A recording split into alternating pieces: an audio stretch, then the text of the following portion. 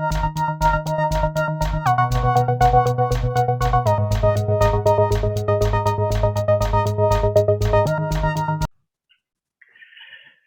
Hadzima here again. This week, we're starting the second half of our voyage of the nuts and bolts of new venture.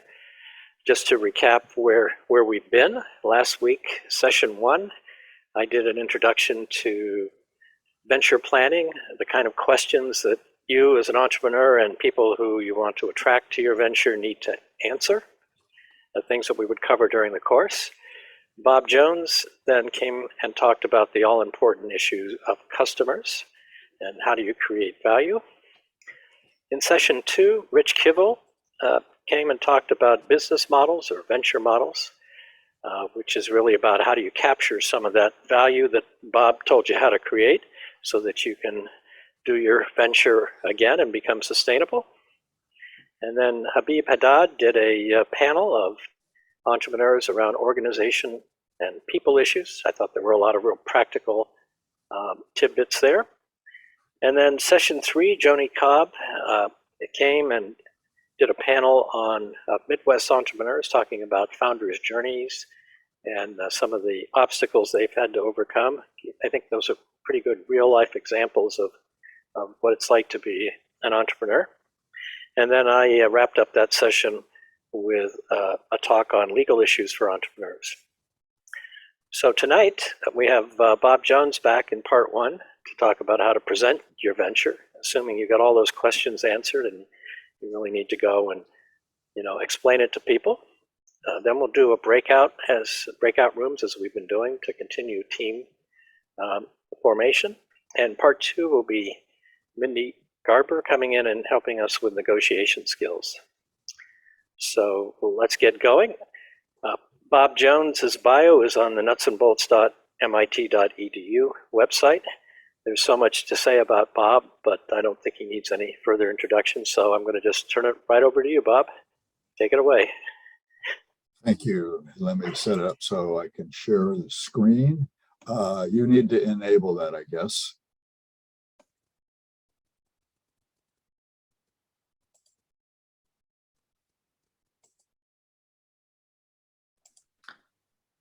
Do you see it on your screen? Oh, perfect. I think we got it. So, good evening, everyone. Nice to be back. And as I predicted a week ago, there are fewer of you tonight than there was a week ago, which means we did at least some of you a favor and persuaded you that this was a terrible life choice for you to make. I have a couple of items I'd like to go over with you guys before we start into the formal stuff.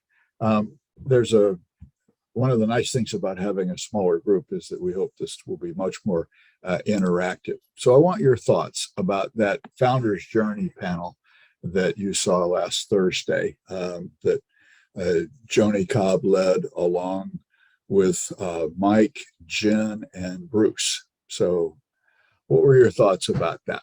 So somebody speak up and tell me what you thought of the panel.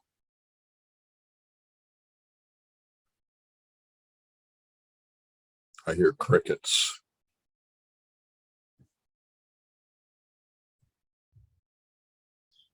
Okay, well, if you don't have any ideas, I do. I thought it was awesome.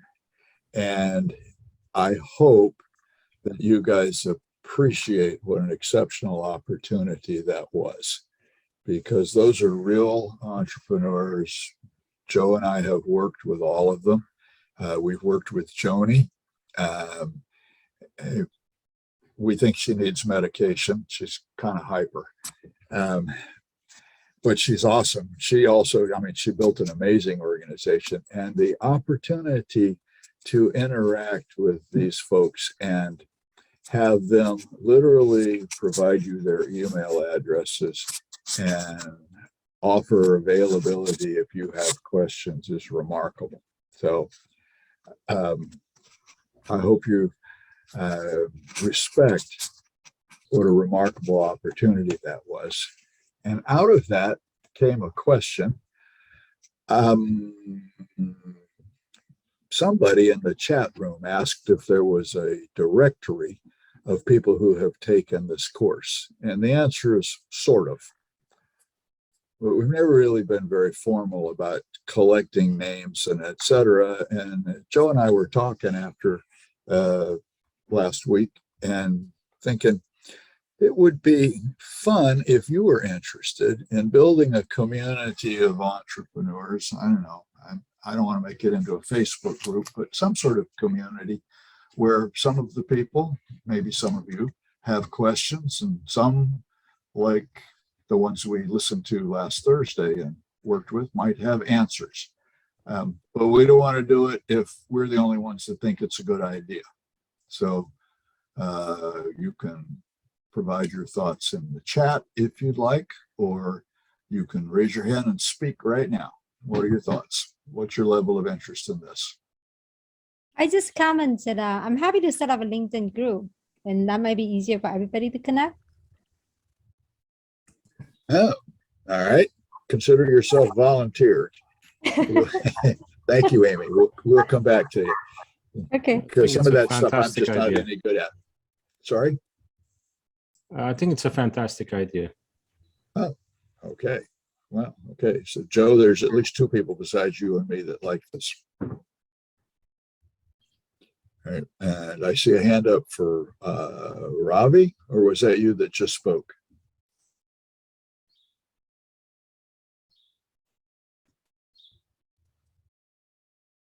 Ravi, you're on mute, I'm sorry to say.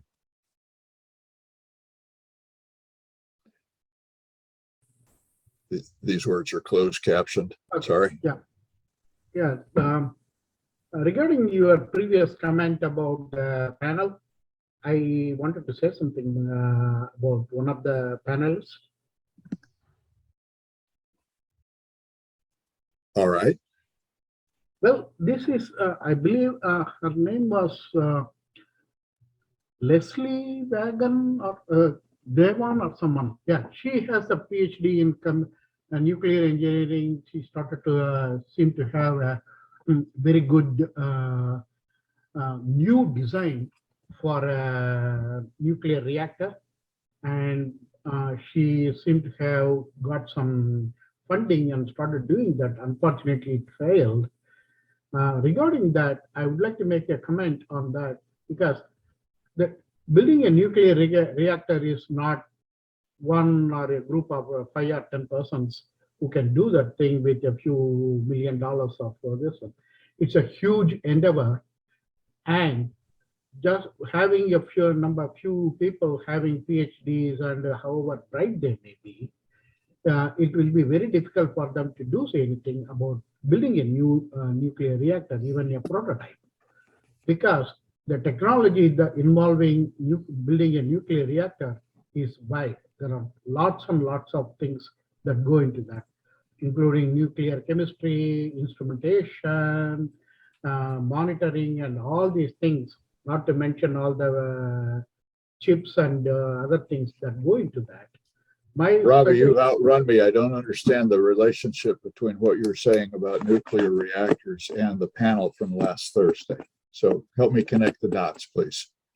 Yeah, that panelist had one of the panelists was Leslie Devon. Yeah, Bob, this was the Organization and People Issues panel, not the founders. So you didn't see that. Yeah. Yeah, Robbie, that's why I wasn't following you, is I didn't see that panel. Yeah. So the one I was asking about was the one Thursday. Oh, I see. I'm sorry. On the founders I chart. take back. I take back everything. Okay. Well, no, I mean, preserve them and pass them on to Joe or the TAs, because I'm sure that they will be valuable. All right. Well, Joe has me on a short leash this evening, ladies and gentlemen. So I'm supposed to stop by about 7:15.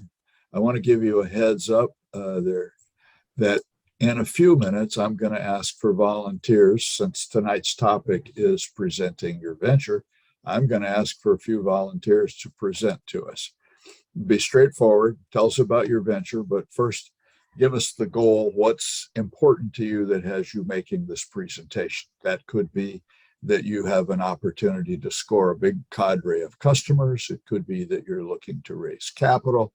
Could be that you're trying to hire somebody that has multiple job offers and you probably can't afford them. I mean, tell us what it is and give a talk. So think about that, because it's not going to be for a few minutes. You get a couple minutes to ponder this. And then when the time comes, raise your hand. So why are we even talking about this whole thing about presenting your venture? And when is it important? Is it ever important? And say you get good at it. So what? What are your thoughts? Like I said, this isn't going to be a classic classroom thing, guys, where I just, spill wisdom out. I want your interaction here. So why are we doing this? I think it's important for a number of reasons. I mean, the obvious answer is to try to raise funds, but I think even looking for people to join your venture, so to convince people, that it's a worthwhile investment of their time is also really important. Joe, you paid her to say all that stuff, right? That's exactly what I propose to talk about. So thank you. Here's one scenario. I'm going to give you two of them. Let's say that you've worked long and hard to develop something and you know that it's better than anything else out there, but it took a while and you're broke. In fact, your venture is just toast if you don't get some sales pretty soon.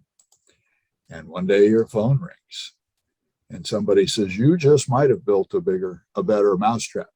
And if you can show us that we should do it, we'll buy 50,000 of your mousetraps. How's next Tuesday at 10? So you will need to present something.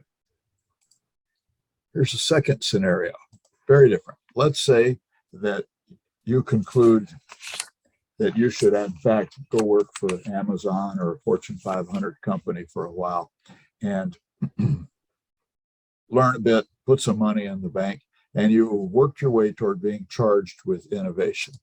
In fact, just to be a touch more specific, let's say that your group sells orange juice to grocery stores, but you're losing shelf space and you're losing revenue because your competition is taking away your customers. They're coming in with a lower price. They're claiming they have a fresher taste. And the company is leaning on you to come up with an innovation that will take back the market share you've lost. And you have a great idea, which is to fortify the orange juice with calcium. Nobody's ever done it because it was impossible. If you drop calcium into orange juice, it tastes like somebody filled your orange juice with sand. It's gritty and it's nasty. And if you leave the container alone for a few days, all of it settles down to the bottom and makes this disagreeable gop. That's a food science term. And then one day management calls and says, what do you got? Well, I didn't make those two scenarios up. They're real examples. The first one was me. When I finally got a chance to call on Walmart. You may or may not know this, but the largest food retailer in the country is Walmart. They are the apex predator in that marketplace. And I was running a company that sold tofu and soy milk and what have you to grocery stores. And getting into Walmart was hugely important if we could do it.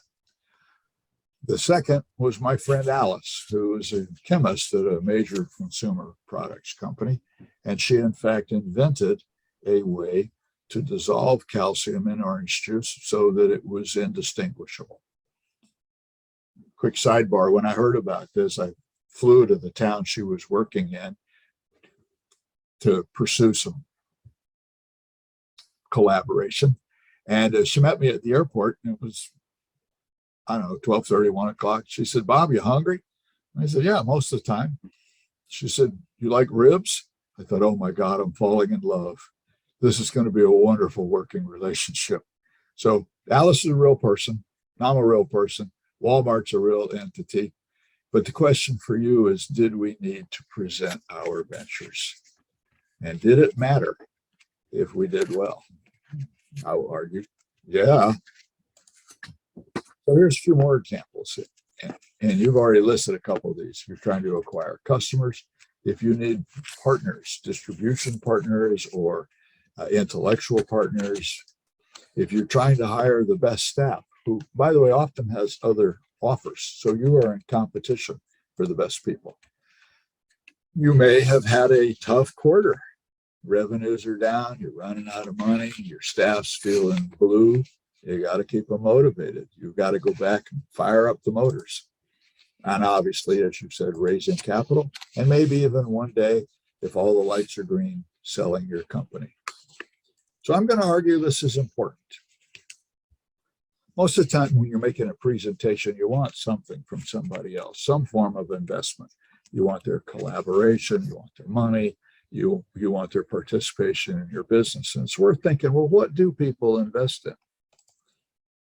Could it be that they think you have a great idea and maybe that'll become a great product?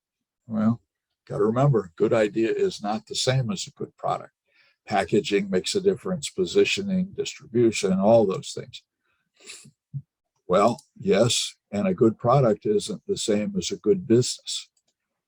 People want to work with promising businesses. That means they're going to want to know that you have a great team, that you're good at doing what you do, and that you understand your business. And one way of assessing whether or not you understand your business is, can you describe it clearly and persuasively? Or after 30 minutes, are you still rambling and yammering because you haven't gotten to the point yet? So that's kind of the raison d'etre for tonight. So our agenda is a couple of you, I hope, will volunteer to give sample pitches, your choice of topics. We'll ask ourselves what we've learned from your pitches and maybe extract a few guidelines. And then we'll do it again. This time I'll toss out a topic, hiring an executive, addressing staff morale, dealing with customers, or guidelines. We're going to take a quick side trip into selling for the technical founder, because many technical founders think selling is a dirty word. We have to talk about that. And then we'll finally try to apply that to raising capital, and we'll wrap it up. So it'll be fast and furious. I hope you'll find it valuable. My background you already know, so we'll just skip right over that. I'm publishing a book in August. I've had a couple of entrepreneurial jobs. I've had a couple normal jobs. I went to a couple of schools. I'm a pretty good guitar player, and I'm a soft touch for homeless shelters. Okay, your turn. We'd like somebody, maybe a couple of somebodies, to volunteer for sample pitches.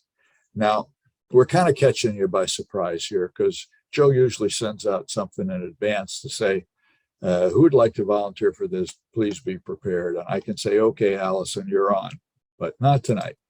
So give us a 2-minute presentation, please. Tell us why you're doing it before you do it.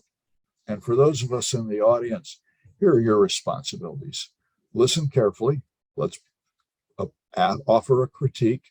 We don't owe the presenter love, but we do owe them respect. And then think a little bit about how that applies to your own situation. And we will roll onwards. So, who's ready to volunteer?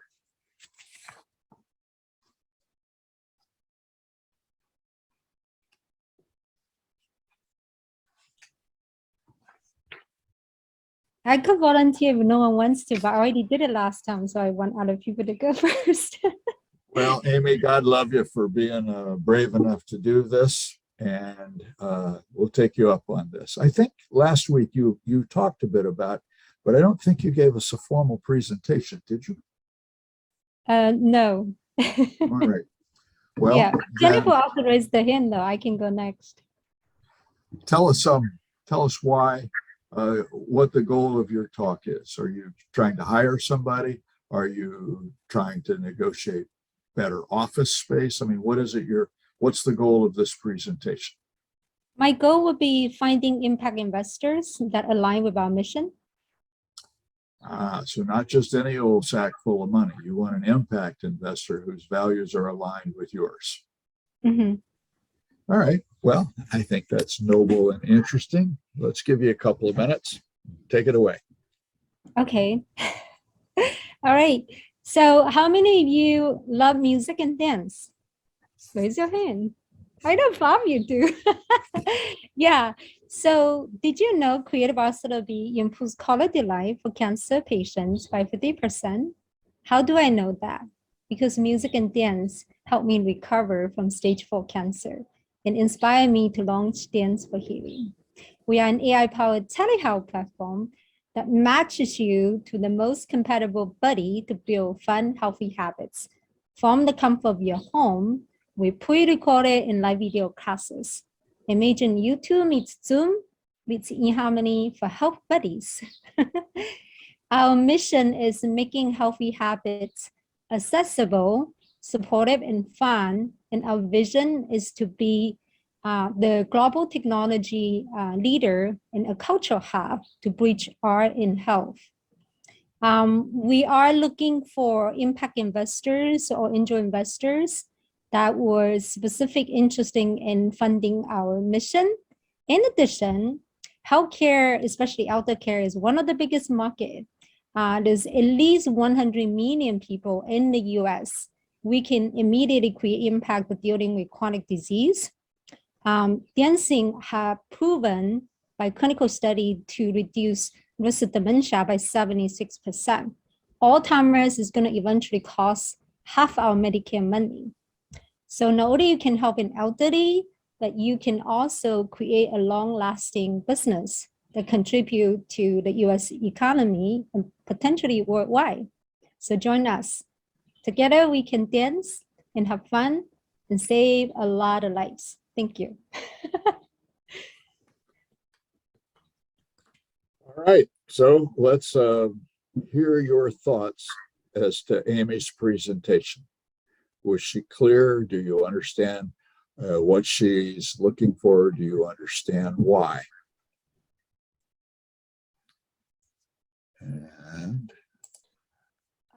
I thought it let's was do it this way. Sorry, who's speaking? Anna. Okay, Anna. I thought it was like sold very well. Like we understood what your idea was and why you were doing it, what were the benefits of the idea. And I think that it also helped that like you were smiling a lot and the idea clearly meant a lot to you. I think like maybe the one thing that was less clear from your pitch was like your business model, you know, like how were you going to, or maybe it's a nonprofit. Yeah, maybe it's a nonprofit, right? But yeah, maybe that part was less clear. Yeah, I realized I completely forgot our attractions. All right, well, there were a number of pluses that Anna has reported, and Okay. one potential suggestion for improvement, which is fine. That's what we're here for. Yeah. Somebody else want to offer an opinion?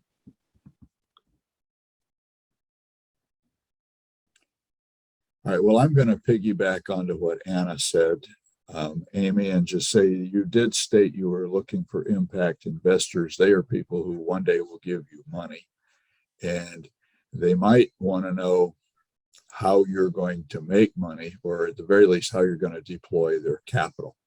Mhm. So it would be worth incorporating into your talk something along the lines of who pays you for this. Is it a subscription model that they handle on private pay? And most of the people that I know who've had to deal with cancer have dealt with onerous financial burdens. And if they have to pay for something else themselves, probably not going to do it. So questions will pop up like, is this reimbursed, et cetera, et cetera. So Yeah, that's exactly our long-term model is Medicare Advantage plan. all right. Mhm. And we have Mr. Gomez, who has volunteered to offer a presentation. So let's hear it. Jorge, right? Yes, yes. Hello, everyone. My name is Jorge Aponte. I am in Colombia right now. A year ago, I began to find a solution to fight the pandemic. And I developed an idea to work in 3 sectors: healthcare, education, and food supply. I connect with the Bogota Food Bank, that is part of the network of food banks in the world. I also connect with healthcare solution and with education. Right now, we are fighting the fourth wave is very hard right now in Colombia. And I have a project. I lack a lot of knowledge, but we are many people that are working to find the way to get out of this problem. That's the idea. Right. Thank you. Let's hear your critiques, ladies and gentlemen. What's the good news, and is there any bad news? What was noteworthy, and where might he improve that pitch?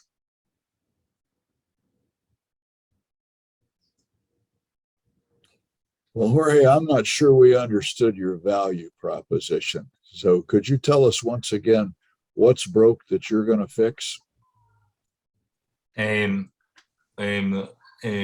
the food banks, they develop an application that is called eatcloud.com. They use that application to move people or to move food from one place to another that could be wasted. In education, we connect with Comscope, a company that developed a solution in Guatemala to connect many people to a Wi-Fi router, so you don't have to use cell phones, because the problem is you don't have enough terminals. Right. And in healthcare, we are working to use simulations to track patients and to help them with some issues in healthcare. Excuse me. All right. No, I think that's fine. And I'm minding the clock here, so please don't think me rude if I push on. But I think it's clear you've identified a major unmet need. You have an idea for a way to address the need. You have not told us how much capital you need and how you will deploy the capital, nor have you told us whether or not the investors would get any money back, which would sort of require that you make money. And in your situation, that might be difficult. So, yes. But thank you. So since the goal of our session this evening is to talk about how one presents one's venture, let's go back and ask ourselves, how can we help the presenters we've had so far? And by the way, how can we toss a few tips over the wall to those of you who are going to volunteer in the next couple minutes? There's really two requirements. This is oversimplification, of course, but the idea has to be appealing to the audience, should be a good fit. You should try to avoid saying, I want to sell lawnmowers to people who live in high rises and don't have any grass. So you want a good fit, not try to force a square peg into a round hole. The second requirement is that they believe you. They want to know that your description is true and that you can do what you say you can do. So Amy, my assessment of your impromptu talk was that in fact, you came across as very believable. You offered a personal testimonial that you survived stage 4 cancer, which is pretty amazing. And you said that this made a big difference in your recovery and convalescence, which is a reason to believe from where we sit. You probably could talk a little bit more about why you are qualified to take this idea and make it into a venture, rather than just talk about the wonders of dance. So a little bit about why you would be an improvement. In the course resources, there's this cool little 6-minute presentation called Pechacucha about Pechacucha. And this slide is directly lifted from that. Dude's Law. By the way, I'm the one who inspired this slide. No, that was a joke. Sorry. Value increases if you talk more about the why than about the how. All right. So think about that. Talk more about the why than the how. Many technology entrepreneurs get really wrapped up in the elegance of their algorithms and fail to talk about why it makes a difference. So I think it's important that you understand your audience, and this is not trivial. So ask yourself, well, which do they care more about, me or themselves? By the way, if you get this question wrong, you're doomed. So should your goal be to persuade them that you're really smart, or that your technology is really awesome, or that your vision is really compelling? Yeah, but only if it's a reason to believe that the benefits are appealing to somebody and that you can make it happen. So talk about the benefits first and then the reason to believe. So back to you, Amy. You talked about the benefits first and did a first-rate job. What you would need to do next time is then talk a little bit about why you're the right person or heading the right organization to make it happen. But that can be the last 20% of your talk. So benefits first, then reason to believe. And remember that your audience in almost every case is going to have as their first priority, how's this going to help me? So P.S.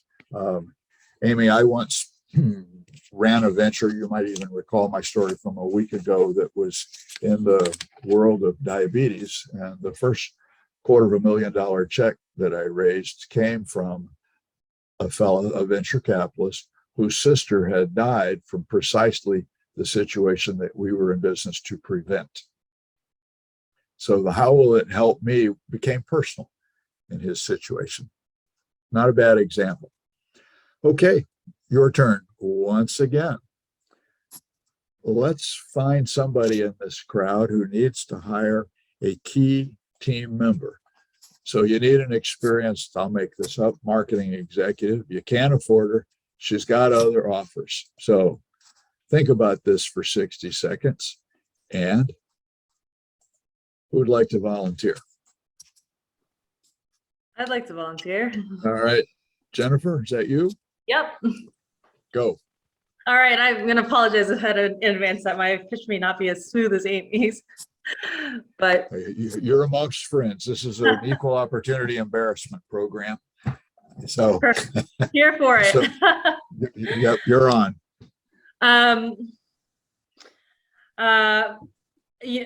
You know, as our world globalizes and as our families grow further apart geographically, there are rarely times where we can sit around a kitchen table together, like we do in Thanksgiving, and listen to the stories of the people we love the most.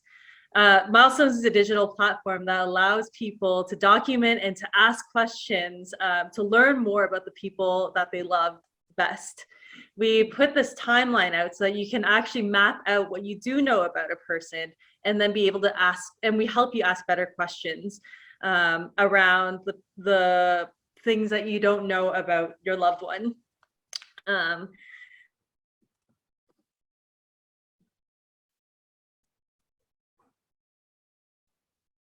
Our founding team has a chaplain, a business and human-centered design graduate from the MIT Integrated Design and Management Program. We believe that we can not only help people make meaning, but to build stronger connections and to care for their loved ones that are far away. And we would love you to come on board as a marketing executive for us to help families love each other better. Oh, we also have a subscription. All right. Thank you. Virtual applause. So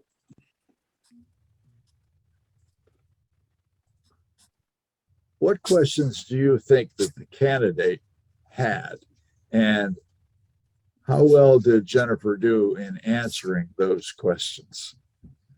Let's hear your thoughts on this. I guess the candidate might have the questions about how relevant our personal experience is. because it's a very experienced executive. So I guess she would be wondering why her particular expertise would be relevant in this matter. Agreed. Anybody else? And then, I mean, as a candidate, I would, maybe this is not good for a pitch, but I would kind of ask, like, how is this different than like a social media thing? Like, what is, I got like a higher level idea of you're asking questions and posing them. But if I were the candidate, I would ask, why can't Facebook do this, or why can't we put this on Facebook? Maybe in a one sentence explanation would give me that confidence that I would need. Well, I think that's absolutely right. Remember that this is presenting your venture, and what should be bubbling up for you right now is that it's not always trying to raise money, and that it's important to understand what your audience wants. So what Samid just pointed out is you really didn't talk much about what the venture would actually do. And from where I sit, you didn't say a word about what you'd want me to do if I were the person being interviewed. Nor did you talk a little bit about the opportunity. I mean, again, I don't really care about your venture. I don't care about you. I don't care about your dog. What I care about is me. I'm being, illustrative here. But I would love to hear you tell me how I can make a contribution. And what is it? Say we agree today and I start tomorrow. What are you going to have me do when I first get there? And how will I have an impact? And eventually, of course, what's in it for me? Mm-hmm. So I mean, I love the front end. Here's the unmet need, families, integration, et cetera, et cetera. That part I thought was just fine. But you kind of miss the target of telling the prospective candidate what's in it for them. Mm-hmm. Right? But thank you. I mean, this sort of supports the point. So let's put somebody else on the hot seat here. By the way, we're doing this with love. So those of you who have run a business for a while have probably discovered that every now and then reality is a little less satisfactory than your expectations. And your staff might be feeling a little blue. And your customers aren't buying, sales are below forecast, you're running out of money, and you need to have a little staff meeting and tell everybody why they ought to keep the faith, keep the energy up, and continue fighting the good fight. So think about that for a second. Those of you who have been in that spot, or God bless us, might be in that spot right now. I've, of course, never been in that spot. So who'd like to volunteer to have a go at this one?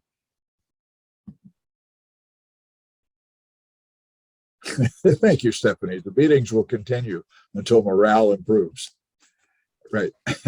Well, that's one form of motivating your staff. All right. So nobody's tackling this one? It's too many bad memories, Bob. Well, I'll go. Been have through a go at it, Will. Bill. Have a go at it. Tell us. So dig into that pool of memories. Do a little method acting for us. Yeah. Okay. I have some bad news for everyone. As as you all suspected, we lost our biggest client. They've decided to go with our competitor. We've been fighting very hard for this account. I'm very proud of what the team did and how we tried to deliver the features they asked for. We simply didn't make the mark. But this has been a really important lesson for us. We've really got to know what they need, and we're going to take those lessons, and we're going to finish those features, and we're going to deploy them to the rest of the customer base. This is going to make us stronger, and we're going to move on like we always do.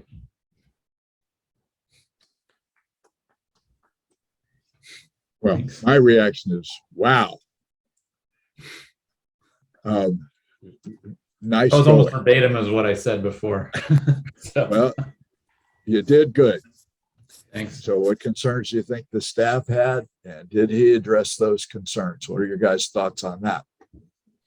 All right, well, in the interest of time, forgive me, I'm going to answer my own question. I think the staff wanted to know what happened and are we in the dumpster and what are we doing about it? And I think you were candid right out of the starting gate. We lost our biggest client. I've got some bad news. Sorry, you did it the other way around. I have some bad news. We've lost our biggest client.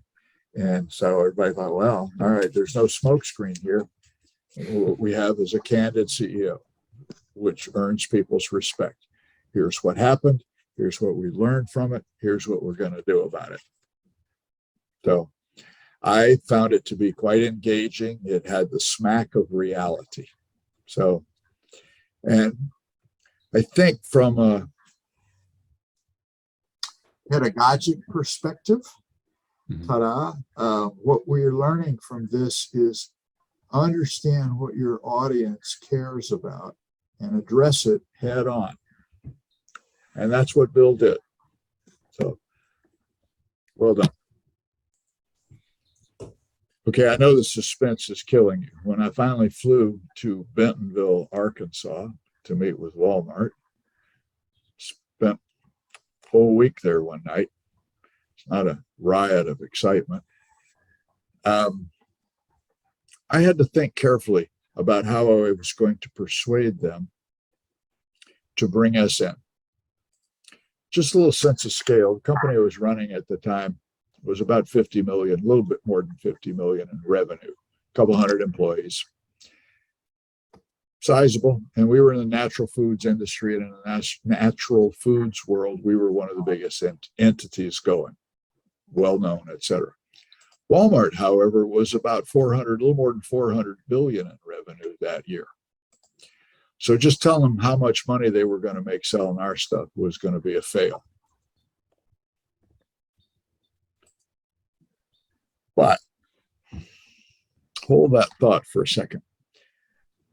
When I took over this company, we had trucks full of soybeans showing up at the front door and trucks full of finished products going out the back door.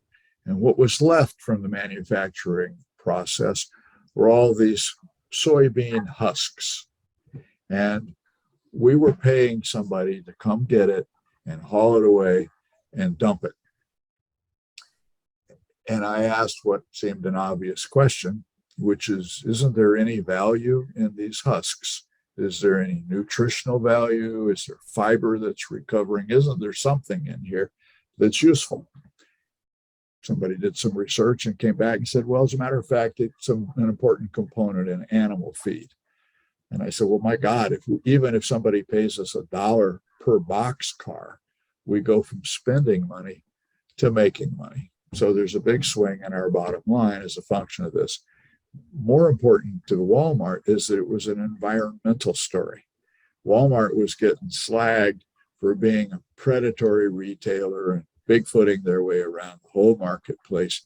And they were kind of on the lookout in a quiet, low-key way for the opportunity to show that, in fact, they were environmentally conscious and working with vendors who were also environmentally conscious. And I came in and I said, let me put your first fears aside. We make the best stuff with anybody in our field. You're never going to be embarrassed having us there. And I'll support that if you need me to. So you won't be embarrassed. You'll make a little bit of money. More importantly, however, we have this environmental story. You can hold that up as evidence that you are working with vendors who are conscientious and who have the same elevated values that you have. Bottom line, we ended up in Walmart. Revenues went up. Life was good. So I spent the time to understand what they wanted before I ever got on an airplane. And I know it's corny, but it helps if you actually care a little bit about what these people need. So Amy Lee, you clearly care about your prospective customers. You live that life. Jennifer Leung, same for you.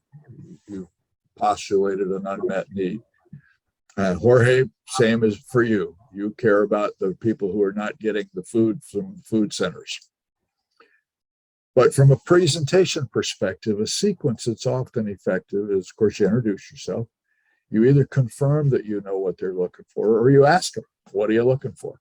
So Jennifer, your job interview situation, for example, you could have begun that with, tell me what the most important things you're looking for in a job are. I mean, you're on the market right now. You're clearly an experienced, competent executive, et cetera, and you're talking to me. What are you looking for? They come back and say, well, I'd really like to make an impact. I'd like to work with creative, focused people, and I'd love to have an opportunity. That opens the door for you to say, well, let me tell you about this opportunity. You're going to have the chance to make a real impact. You're going to be working with focused, motivated people, and there's a nice economic upside for it, for you if it works out. Oh my God, sounds perfect. Well, duh. Right? So ask them what they're looking for. Tell them why this is going to be great for them. Sell the benefits, give a little bit of support, and then ask them an open-ended question. How do you feel about that? I find that to be a helpful sequence. Okay, a few more guidelines, since we said you want to be believable. Things that help you be believable are conviction, enthusiasm, passion, but stop short of being crazy. Provide some supporting evidence, and brevity, because everybody you're talking with is busy. 3 tidbits for brevity: be clear, be brief, shut up. All right? Don't just ramble on and on. Have it organized, be clear, be brief, and sit down. And should you tell them everything? Well, that's a temptation. Here's a trick that I have found to be very, very helpful, which is shut your computer off and ask yourself, when this is over and somebody wanders in and says, how was that presentation? Ask yourself what you want them to say. So begin at the end of the story. And remember, most people can't retain more than 3 things. So ask yourself, what are the 3 things that you want them to remember? So Jennifer, in our hypothetical situation, it would be, my goodness, I'll have a chance to make an impact. I'll be working with creative, focused people. And if we do this right, it'll generate some wealth as well. If that's what you want them to remember, then build your presentation around what you want them to remember, and then get out the hatchet and be ruthless with your editing. Just cut everything else out. Okay, just a few words about style. Most people talk too fast in these situations. With a formal presentation, slow down. Speak more slowly than usual and enunciate clearly. This is particularly critical if you have a mic in your hand and you're standing in front of a full room. Slow down, give them a chance.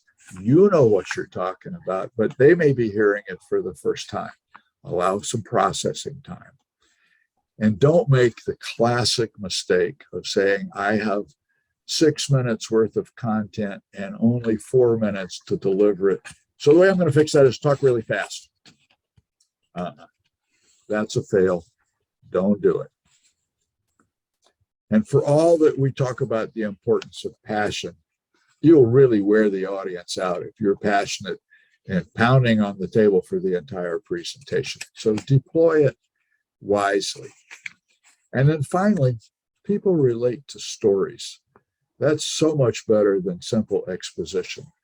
So Amy, when you talked about your personal story, it was real. All right, people pay attention. Tell your stories.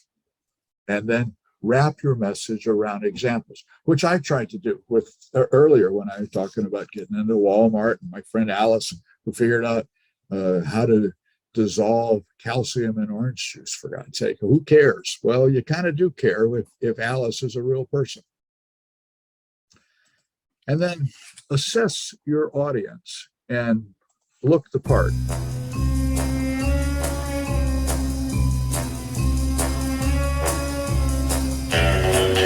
Hadzima. Joe Hadzima. Sorry, Joe, just having a little fun. You guys remember Joni Cobb, who ran Thursday night's session last week? Joni managed to persuade Joe and me to fly to Kansas City for a black tie event. And then she persuaded us to present. And then further, she persuaded us to both go out and buy white dinner jackets for this event. Talk about a sales pitch, my God.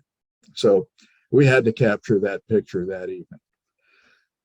All right, one last round, I think. No, I'm going to skip this because we have 20 minutes left. So we'll skip the pitching for prospective customers. Let's ask ourselves, what have we learned so far? Different audiences are going to require different pitches. If you're talking to somebody that you want to hire, it's not the same pitch as people that you want to provide you capital. But in every case, what matters is that your topic matters to them, that they believe you. And, you know, as a musician, there's an 8-letter word that every musician I know hates. And in fact, just about everybody else hates. Practice. Most of us have to work very hard to make it look easy. So if you see somebody who appears to have mastery of the subject matter, makes it look easy, I can just about guarantee you they put in countless hours in advance. And in this situation in particular, you're retraining yourself. These are new habits because it's so easy to get excited. In fact, you should get excited about what you're working on. But that's not what matters. What matters is what they think and what they want. So something that I have found to be terrifying but very helpful is go book an empty conference room and go give my talk to an empty room a few times and set up the timer. If I've got 4 minutes to present, at the end of the 4 minutes, ask myself, did I blow it or did I cover the 3 things I want them to remember? If you're feeling really brave, pull your phone out and record it. By the way, you probably should avoid doing a video because everybody I know who has videoed themselves has needed 2 years of therapy afterwards to recover. It's hard enough dealing with how dorky you sound. Wait till you deal with how dorky you look. It's just overwhelming. You probably shouldn't do that. And then see the first bullet on the page. Work on this. It's worth it. Okay. Quick sidebar into an alien landscape for you. Well, maybe. So when you think of salesperson, is this the vision that comes to mind? So my view is that's not actually quite accurate. In fact, I think selling is an essential skill. In the days when it was, the view was that you have to conquer your prospect, those are gone. I mean, really what you're trying to do is find a good fit and help people who are a good fit join you. My views about learning how to do this, it's like learning how to swim. I mean, it's not natural, not innate. You're not born with this skill.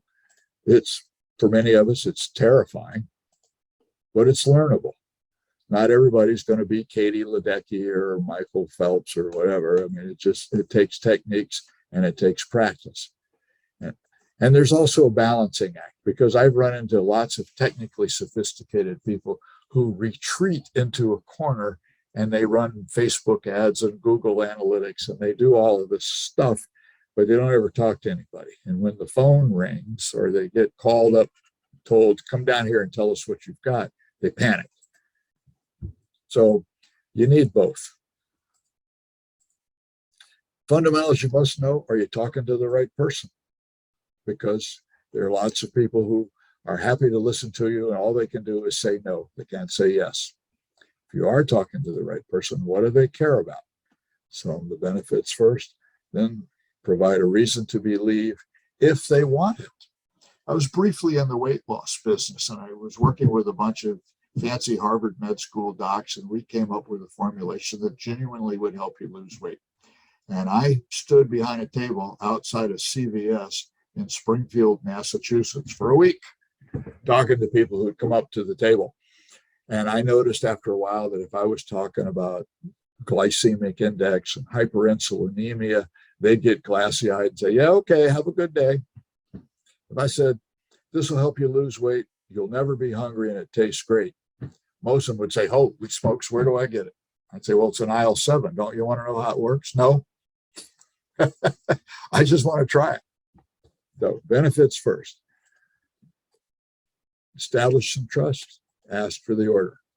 Let's talk a little bit about follow-up in a moment. First, though, qualifying. One way to tell if you are talking to somebody who can say yes is to ask, who will own this decision? Because a lot of times they'll say, well, of course, all of us are involved in the decision-making process. We do this by consensus. Yeah. But who's going to own it if it turns out to be a bad decision? They say, well, that would be Jack. Great. I'd like to talk to Jack. This WIFM up here stands for what's in it for me. And if you're going to be doing any presenting, and you will, remember that people put that first, even if they're too sophisticated to say it.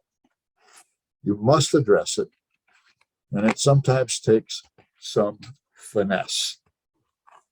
So what's in it for me, Jennifer, if I join your company, is I get a chance to make some impact. I get a chance to work with some people I'm going to love working with. And if we triumph, we'll all make some money. I just gave you a relevant example. All right. So the benefits, build trust. Oh, why are people suspicious of overly technical explanations? I'm going to stop the sharing for a second. I want your thoughts on this, because you are, after all, many of you, part of an institute of technology. But why are many people suspicious of an overly technological explanation? It's I feel like Bill? you're trying to make them feel dumb, or that you are trying to get them to retreat with a bunch of technical babble that they don't know about. Like it doesn't connect, unless they happen to also be the same level expert in the same field. It really doesn't work. That's exactly right. The decision makers, every time I've been in one of these situations, are there because they're good at building the business, not because they're good at a particular technology. They may have their technical jock with them, and they may turn after a while, if they like the benefits, they may say, Alice, is this stuff going to work? And Alice would say, no, he's dreaming. It's never going to work. Or that would be the time for the technological conversation. But they will worry that you're trying to smoke them. That's another technical term. If you dive too deeply into the technology, sell the benefits first. And if they don't want the benefits, move on. Trust. Well, what builds trust? What builds credibility? Here's one tip. Doing what you say you'll do goes a long way. So if you say, I'm going to call you back next Tuesday at 10 a.m. because you asked me to, and you don't call them back Tuesday at 10, they have every reason to believe that you're going to drop the ball in every other conversation. It's a little bitty thing, but that's all people have to rely on for a lot of these situations. All right, last slide on selling. Asking for the order. People rarely jump through the phone and say, oh my God, please take my money. You almost have to ask. And the time will come when you need to ask. But there's a classic sequence that you may find helpful. You understand what they're looking for. You've talked to them about how what you have will address their needs. And you ask, well, how do you feel about this? In sales training courses, they call that probing for objections. Note that it's an open-ended question. It's not, so do you like it? It's, how do you feel about this? They'll come back and you let them talk I often find that the longer I let them talk, the more likely they are to buy it. They'll talk themselves into the sale if I'm having a good day. So let them talk. They'll throw out one or two things that they're concerned about. And you say, well, that makes sense. You know, we've had a limited amount of time. We couldn't possibly cover every single aspect. And your concerns make sense. So validation. So if we address those concerns, how would you feel then? In sales parlance, that's known as a trial close. All right, well, give me a couple of days to address these things, all deliberate speed, and I'll come back to you. You come back and say, I did what you asked me to do. I'd like your business. What do you think? And follow-up, by the way, is probably 80% of selling because people hardly ever buy in on the first time. If you keep with them every Tuesday at 10 a.m. or whatever it is they've asked, I'm checking in. How are you doing? How are you making out? By the way, last time we talked, your dog had a problem with his hip and you were about to take him to the vet. How's your dog doing these days? Right? That sounds ridiculous, but it's astonishing how people use that as an indicator that you actually are going to care about them and their business. So build those relationships. Okay, we have a few minutes left to talk about a topic that people spend a whole week on. So I'm going to offer just a few words about raising venture capital. It's not for the faint of heart. You should be careful what you ask for. Abandon hope, all ye who enter here. I think that's out of Dante's Inferno, right? Okay, that concludes. No, kidding.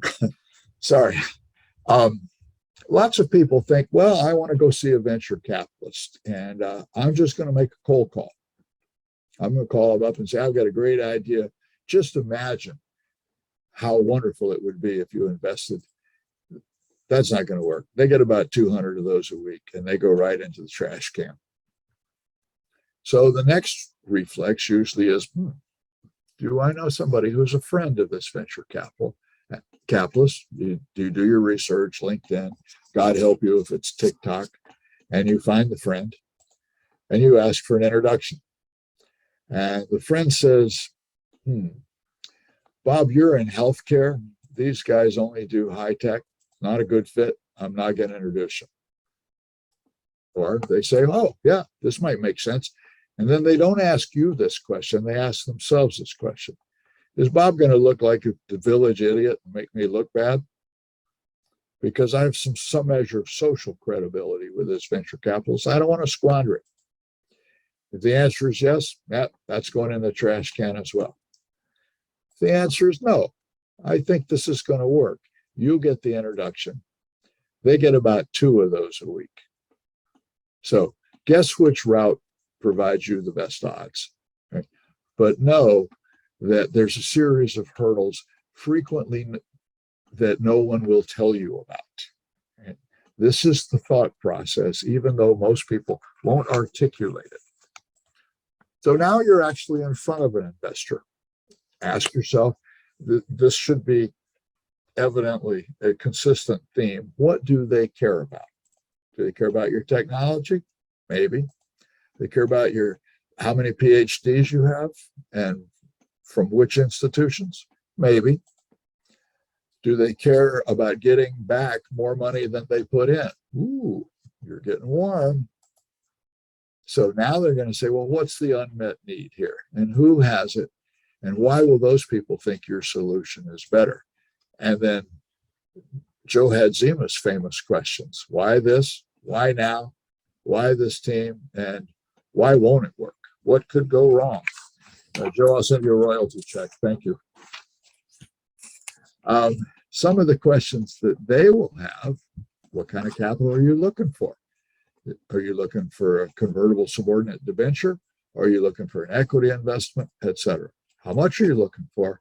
How far is that going to take you? And how are we going to make any money if we do invest in your business? And how much money? And if we get double our investment 10 years from now, conversation's probably over. They'll have some basic questions. I'm not going to read them. We covered them last week. And we don't have time. alas, to pitch a prospective investor, because I want to say a few words about pitch decks. Most people overload their decks. And that little 6-minute presentation that I referenced that's in your source materials for tonight, it's really pretty good. It's worth 6 minutes of your time. Don't overload your deck. Don't make it too long. As we've already said, not too technical, not too much jargon. The best ones describe the problem and the opportunity. And a couple of you guys did a good job on this tonight in the first slide or two. What's the unmet need? How are your candidate customers meeting it now? Why will your solution be better? And why should I believe you? And here's a reference for something that you might find useful as you build your pitch decks. Okay, we have about 5 minutes left. And then I'm going to offer a summary slide and say goodnight. So, your turn. Who's got questions? I have a question regarding the person who will own the decision, Yes. the person who would have the final say. I'm curious to hear your from your experience. How would you approach this? How would you find out the final decision maker? Well, again, this you have to kind of smoke this out, because most people who sit down in front of you are reluctant to say, you know, I really don't have any authority in the situation. I'm just here to waste your time. They just hardly ever disclose that. So you kind of have to say, tell me how this decision is going to get made. What's your process? And they'll talk a bit, you know, a couple of stages. We're talking to several potential competitors of yours, however it is. And you say, well, all right, that all makes sense. Thank you very much.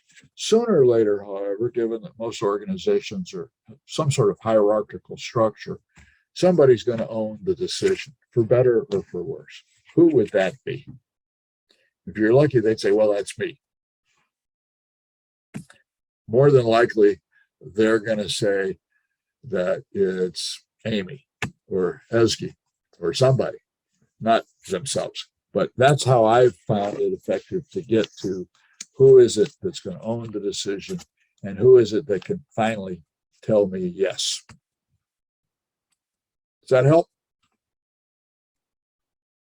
Yes, thank you. You're welcome. All right. Somebody else?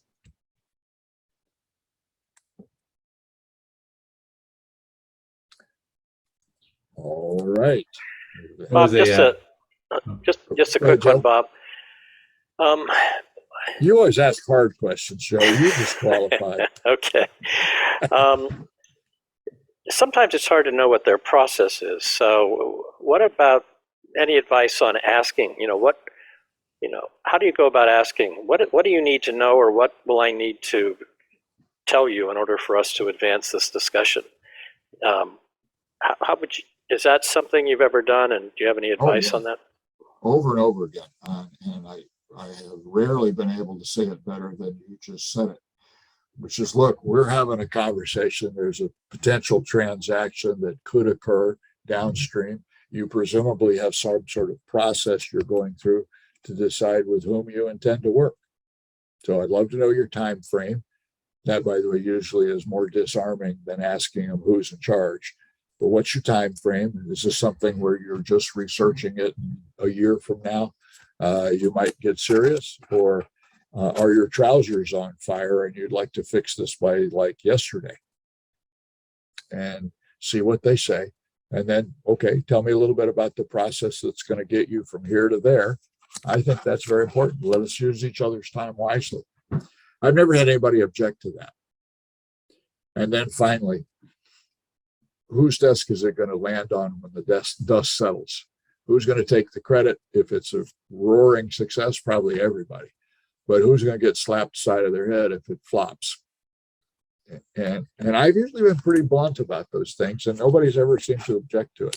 They say, well, now that you mention it, and they tell you. it helps if you've established some bonds in advance and, they have a little bit of trust that you're not just crazy. But that's been something that I've found to be very useful. Does that help? Okay. Yep. Thank you. Welcome. All right. Well, Joe, it's quitting time. So at We least for do me, have a few questions. I do. Yes, you do. You've got one in the chat and one hand raised. Well, you better talk to Mr. Hadzima and ask him if I have time to. I'm always this person, so. Okay. We'll give you 2 minutes here. How's that? I'll take them. So. Jorge and let's- Justin, I'll let you fight it out. Could I ask a quick question? Please. If this is just related to the pitch, say you have like a beachhead market, but then that's a step to get to a much bigger market. What should you sort of focus on in your early pitches? The beachhead, or talk about the sort of next, as the dominoes fall, what the eventual plan is? I assume that in your question that your scenario is that we're talking to prospective investors. Do I have that right? Yeah. Yeah. All right. I think you have to do both, but every experienced entrepreneur has been in a situation where they got so excited about steps 7, 8, and 9 that they failed to execute steps 1, 2, and 3 and fell into a pothole. Yeah. And every sophisticated investor has seen that happen over and over again. So I think it's important to say, look, we have a big vision, and I'm going to share that with you in just a moment. But first, I want to talk about the point of the spear, because my first obligation is to become cash positive, cover the overhead, and make sure I don't have to come back to you for more money until it's time to expand. So let me talk about where we start. That's not where we're going to end up, but it's our launch market, and it's going to cover the initial needs. And then rolling it out, this is obviously speculative, and they're going to discount everything you say by at least 50%. Yeah. But then we'll get to global domination. Excellent. Does that make sense? You're welcome. It does. That's beautiful. All right. Good. All right. Well, Joe, indulge me for a second while I do a summary slide. Ta-da.